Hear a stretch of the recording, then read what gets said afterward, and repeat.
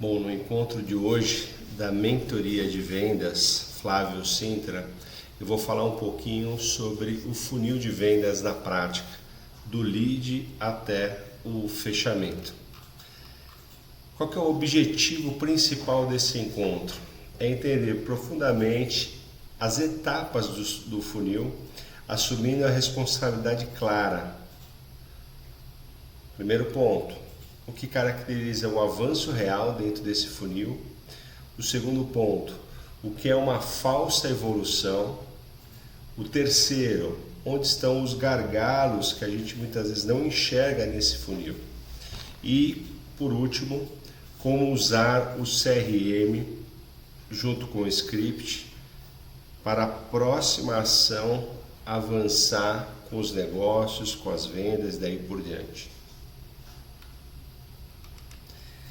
A gente teve, ao longo da primeira fase de diagnóstico e estruturação aqui da mentoria, a gente criou o funil dentro do CRM, nós definimos metas, demos subsídios para que fossem criadas as metas aí na empresa, trouxemos os scripts prontos, tanto para ligação quanto WhatsApp e também via e-mail.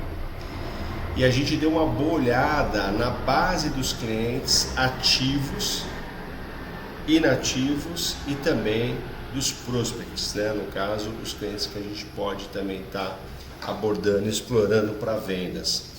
Agora, o que a gente vai procurar abordar nesse encontro é exatamente o comportamento comercial, que é onde faz a roda girar.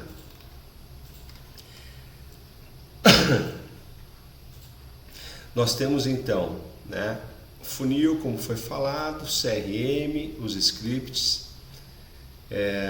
A gente falou, sobre a carteira, sobre a base de clientes, as estratégias que podem ser adotadas para a gente vender mais e melhor, seja para os clientes atuais ou para os novos clientes. Olhando agora diretamente para a base, olhando para o momento atual aí da empresa, onde estão as melhores oportunidades? Onde é que vocês conseguem enxergar as melhores oportunidades? É a pergunta que eu faço para você dar uma olhadinha aí no teu negócio. Dentro dessa análise, como você tem aproveitado melhor essas oportunidades?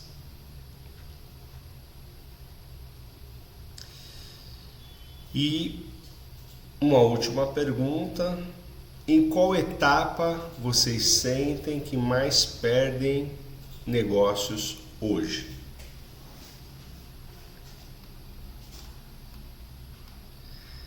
Bom, dito isso, a gente vai dar uma destrinchada nesse funil de vendas, etapa por etapa.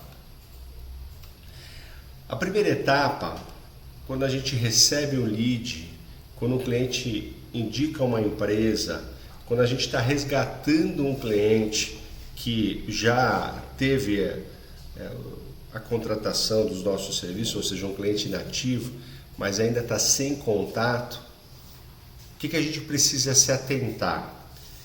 Em primeiro lugar, a gente está falando com a pessoa certa, no contexto certo. É muito importante isso. Normalmente dentro dessa etapa a gente enfrenta alguns erros que são muito comuns.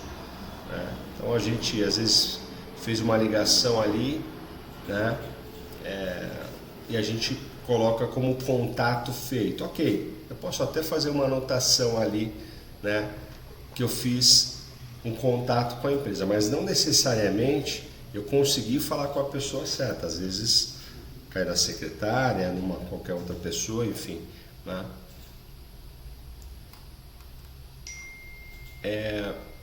Todo esse processo ele precisa estar sempre registrado ali no CRM. Então, às vezes os erros comuns é assim, mais uma vez, achar que ligou uma vez e está feito contato. Às vezes falei com o porteiro, com o operador, na recepção, enfim, não houve um avanço real. e também não registrar esse processo, esse passo no CRM.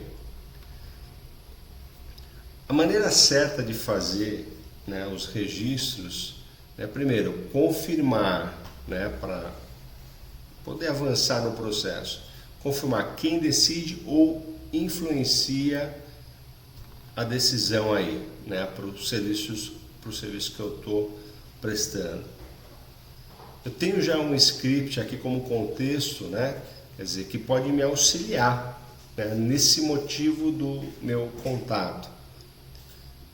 Vou lá, registro novamente dentro do CRM, né, e eu já deixo agendado uma próxima ação. O CRM ele funciona única e exclusivamente para me dar subsídio de qual etapa, né, de quais ações eu preciso efetivamente estar fazendo no dia a dia. Se a gente não fala, né, fica uma regrinha de ouro, se a gente não fala com a pessoa certa, o negócio não anda. Quando a gente está ali prospectando, um dos obstáculos maiores que normalmente a gente enfrenta é não falar com a pessoa certa. A análise do nosso trabalho, das conversões, elas precisam estar baseadas nos números dos decisores que a gente consegue falar versus a quantidade que fechamos. Então, liguei para 50 empresas, tá, mas você falou com quantas dessas 50 empresas, quantas pessoas que definem lá, né, a contratação eu consegui conversar? Consegui conversar com 10, ok. Então, à medida que eu for evoluindo nesse meu funil,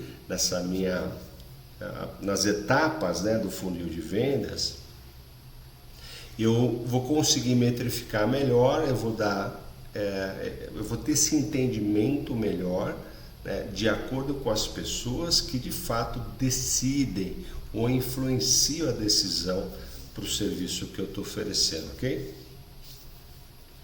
Depois a etapa seguinte, a etapa 2, né, posterior aí ao contato,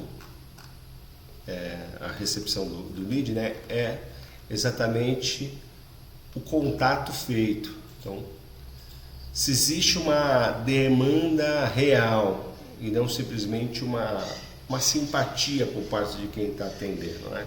Normalmente nessa etapa a gente enfrenta alguns erros que são comuns.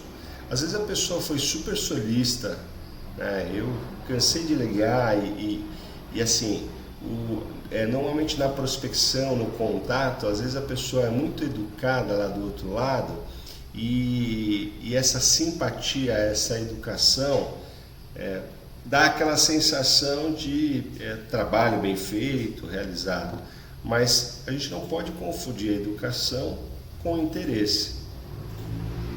Um outro erro é não fazer as perguntas certas de diagnóstico para entender se de fato aquele cliente está necessitando do meu serviço, do meu produto. E assim, se eu não tenho esse entendimento e eu avanço na minha conversa, muitas vezes eu estou perdendo o meu tempo, estou tomando o tempo também do cliente. Então, o que a gente precisa fazer? Usar as perguntas chaves. Então, quando a gente faz, né, uma pergunta chave, por exemplo, um segmento vou pegar um exemplo de um segmento que eu já atendi, né, fornecimento de água potável, um serviço. Então eu vou lá e pergunto: hoje vocês trabalham com fornecedor fixo ou é sob demanda? Normalmente esse cliente atendia construtoras, concessionárias, eventos esporádicos como Lollapalooza, enfim. E aí uma pergunta-chave existe alguma obra, evento ou alguma manutenção que esteja ativa agora? Então, nessa etapa, quer dizer, eu identifico a dor, o risco e a urgência do serviço. Tudo isso eu vou lá e registro dentro do CRM. A etapa seguinte, que seria a etapa 3, é interesse identificado. Então, eu fiz o contato, percebi o interesse. Daí eu vou validar nessa etapa se cabe ali uma proposta. Então, um dos erros que a gente normalmente percebe nessa etapa aqui, o cliente pareceu interessado. O que é esse pareceu interessado?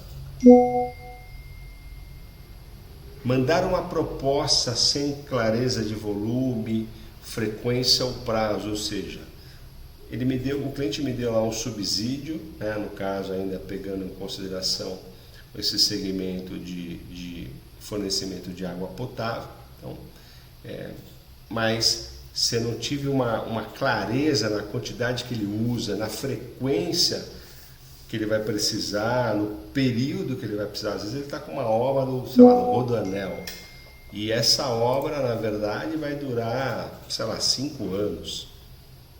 Né? Outro erro que acontece, de repente eu mando uma proposta meio que genérica, sem ter esse entendimento. Parece grotesco assim, mas é comum isso acontecer, né? Então, o que é importante eu fazer? Confirmar pelo menos 3 pontos, né? Ainda considerando o modelo de negócio fornecimento de água. Vou seguir por esse exemplo. Tá? Qual que é o tipo de demanda que o cliente está precisando lá? Uma obra, um evento, vai ser recorrente? Um outro ponto, qual que vai ser a frequência, o volume estimado que eu vou estar fornecendo?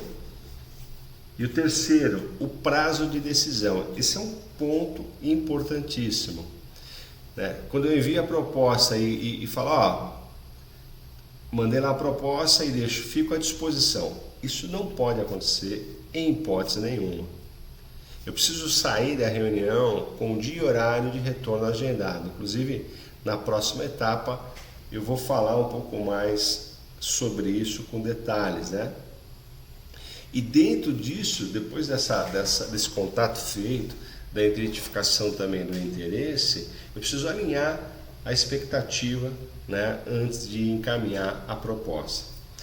A etapa seguinte, seria a etapa 4, seria exatamente a proposta enviada. Né? O que normalmente acontece de erro nessa etapa? Foi o que eu acabei de falar anteriormente. Né? Enviar a proposta e esperar o retorno, não combinar um follow-up, né? Não reforçar o valor, né? Sabe, dentro dessa negociação, dentro dessa tratativa.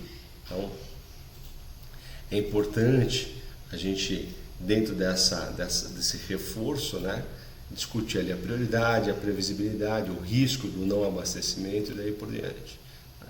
O que é necessário a gente fazer nessa etapa aqui? Né? Sempre sair daquela conversa, depois do envio da proposta, com a data e o canal de retorno, para a gente poder avançar nas etapas seguintes, né?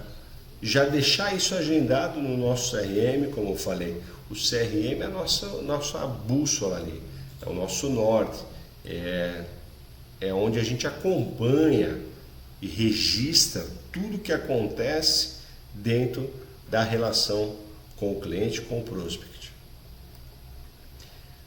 Eu aproveito aqui também, né, para reforçar os diferenciais da Fonte Celeste, né, no caso, né, da empresa, né, fornecedora do serviço de água potável.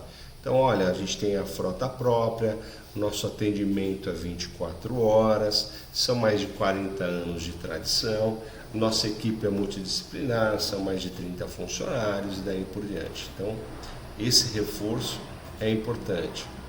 Trazer também nesse ponto, nesse momento da negociação, após o envio da proposta, a experiência com grandes clientes que nós já tivemos, né? Então, aqui vai caber exatamente os cases de sucesso, os clientes que nós já atendemos há muitos anos, aqueles clientes que indicam recorrentemente os nossos serviços por estarem satisfeitos, clientes que muitas vezes já deram testemunhal de satisfação pelo nosso atendimento, clientes que fizeram uma boa avaliação lá no Google Meu Negócio e daí por diante.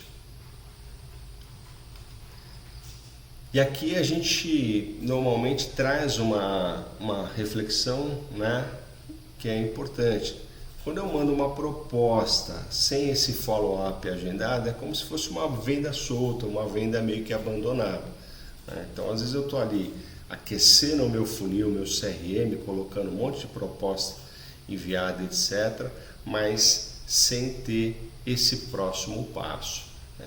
O cliente precisa entender a seriedade, porque se a gente não organiza o nosso trabalho, se a gente não traz esse valor, né, se a gente não traz, né, esse senso de importância do posicionamento do outro lado, ele simplesmente vai acatar, né, a nossa proposta junto com tantas outras, né? Às vezes fica aquele leilão, né, que a gente costuma dizer também, vai ficar lá no cantinho e aí por diante. Então é importante ter follow-up agendado, os próximos passos, tudo registrado ali dentro do nosso CRM. A etapa 5, que seria a parte da negociação e do fechamento, a gente também tem que ter uma noção muito clara. Esse ponto aqui, na verdade, é onde a gente entende se a coisa vai avançar, se não vai avançar, tá certo? Normalmente são essas duas frentes, né? Ou se congelou, mas isso é mais raro, ou eu ganho ou eu perco, tá certo? Então, deixar assim, um grande erro que acontece na etapa da negociação, nessa etapa de negociação e fechamento, é deixar a proposta em aberto por semanas, né? Às vezes eu ali estou tão receoso, né? Estou num mês difícil, ouvindo um mês difícil de venda, enfim, e fico com medo de ouvir um não. Coisa mais natural, né, nas negociações para quem é vendedor é escutar um não, né? Faz parte do processo. O não é para o negócio, né? O não é para mim, não é pessoal, tá?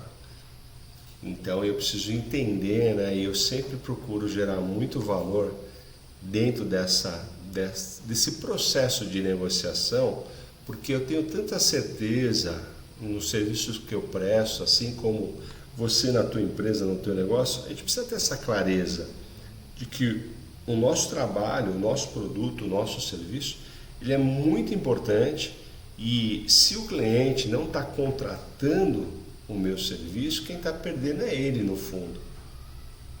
Isso é muito interessante de se falar. Às vezes eu saio de negociações com um sentimento assim, falar, poxa, eu perdi uma venda, mas esse camarada perdeu de fazer muitos bons negócios porque não escutou o que eu tinha para falar, porque não contratou o meu serviço. Eu ia ajudá-lo na escala de vendas do negócio dele. Então, às vezes eu tenho esse sentimento. E é importante que a gente tenha essa valorização daquilo que a gente entrega. Então, normalmente, para essa etapa, o que a gente deve fazer? Se porventura a gente sentiu que o cliente está num processo de barrigamento, né, de ficar enrolando a gente pode ser objetivo e perguntar diretamente o que está impedindo da gente avançar nessa negociação. Se porventura o camarada dizer, olha, não vou contratar o teu serviço, né, a gente deve registrar o motivo dessa perda. O que foi o preço que eu ofereci? O prazo? Foi uma concorrência?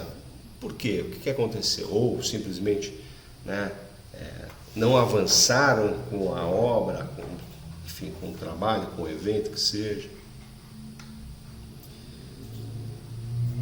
Quando eu entendo e trago clareza nas negociações, nas conversas, as objeções também elas servem como um aprendizado, porque elas vão dizer respeito, talvez a uma deficiência que eu estou tendo no meu negócio, talvez uma deficiência que eu posso ter inclusive na minha apresentação, talvez eu não consegui gerar um valor, né, ideal, adequado para o camarada perceber isso. Pode ser inúmeros fatores. Se a gente fecha a venda, se a gente consegue concretizar o negócio, o que é muito importante nessa etapa? Alinhar as expectativas. Explique, né? Mesmo que você já tenha dito isso em outro momento da etapa, explique para o cliente qual que é o fluxo do trabalho, quais vão ser as próximas etapas depois desse momento, depois do fechamento, depois da assinatura do contrato. Um outro ponto importante, isso eu estou falando da relação com o cliente, mas é ver com o teu time interno, né, com a equipe da sua empresa, né, eles precisam estar cientes, eles precisam na verdade ter clareza do que foi tratado, ou seja, de tudo que você alinhou com o cliente, para que haja uma certificação de que o trabalho vai ser executado com excelência. Muito importante isso. Fechei com o cliente, você traz a negociação, chama o time, as frentes, as lideranças responsáveis e você ali traz o valor, a importância de que aquele trabalho precisa ser executado com excelência. Claro que isso é uma premissa básica, ninguém fecha um contrato ou serviço novo para ter uma entrega mais ou menos ou não ter uma boa experiência, mas é o que eu costumo dizer, o óbvio precisa ser dito. E às vezes o que para mim está muito claro na negociação, nas próximas etapas, a partir do momento que eu transfiro aquela responsabilidade, aquele contrato para uma outra área, quanto mais clareza, quanto mais informações houver ali, mais fácil a bola vai rolar, vai chegar mais redonda até o próximo passo ali, tá certo? Eu tenho uma frase que eu sempre falo, né, que eu gosto de repetir bastante, né, que nós não temos uma segunda chance para causarmos uma primeira boa impressão. Vou repetir. Nós não temos uma segunda chance para causarmos uma primeira boa impressão. Então, faça desse atendimento o melhor possível. Após, né, então eu fui lá, as etapas seguiram, foi tudo legal, foi tudo maravilhoso. Após essa prestação de serviço, certifique-se de que o pós-venda, a pessoa que cuida do sucesso do cliente, né, o chamado CS, o Customer Success, né, pegou o feedback do cliente, entendeu se ele recebeu, então está ali, né, você vai ter ali o prazo determinado para falar com o cliente, então saber se ele recebeu, né, se o serviço ocorreu tudo certinho, se chegaram no horário, se mantiveram a limpeza, né, no espaço, né, se ficou alguma dúvida, está tudo certo, enfim. E esse é um ponto que já pode se aproveitar também,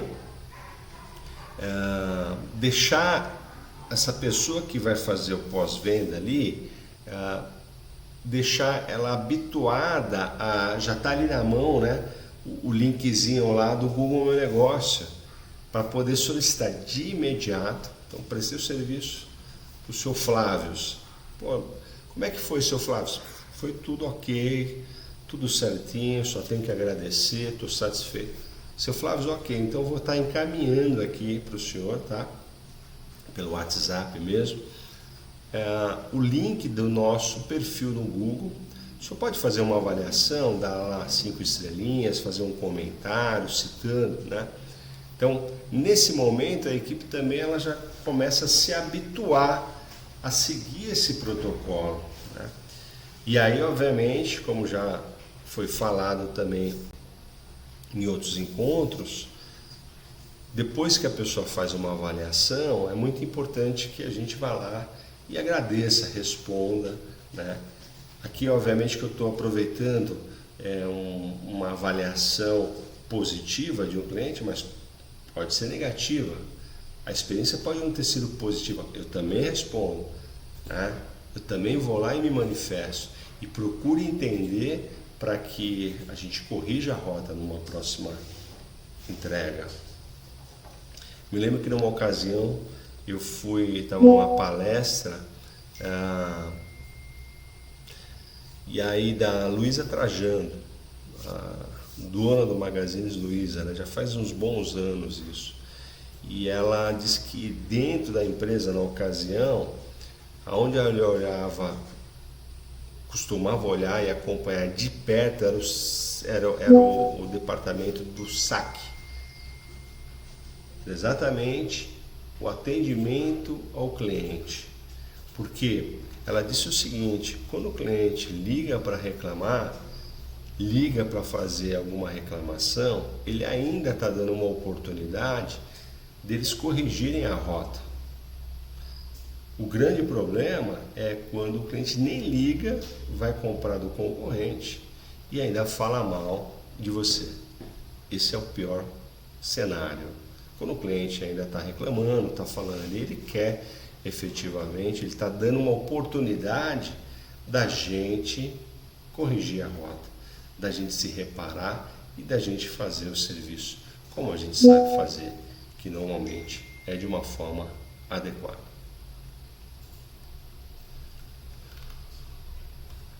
Obviamente que à medida que evolui essa relação,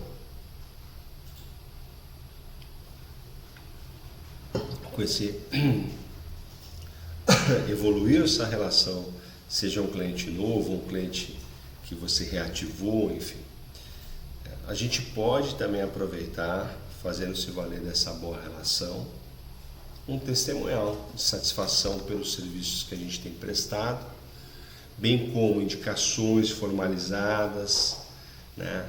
Seja de empresas parceiras, de fornecedores, de amigos, de colegas, que façam parte do network desse cliente. Então aqui eu já entro naquela etapa também de pedir indicações. Olha, me indica aí pelo menos meia dúzia de empresas, né? Para que a gente possa também oferecer o nosso serviço. Não tenha medo, não tenha receio de solicitar indicações, ok? Bom, aqui eu queria entrar agora numa parte mais prática também, né, do funil de vendas. Então, vamos abrir aí dentro do teu CRM, vamos dar uma olhadinha como é que tá aí as oportunidades. Queria dar uma olhada, vamos abrir, vamos lá? E aí assim, o que eu quero olhar, né?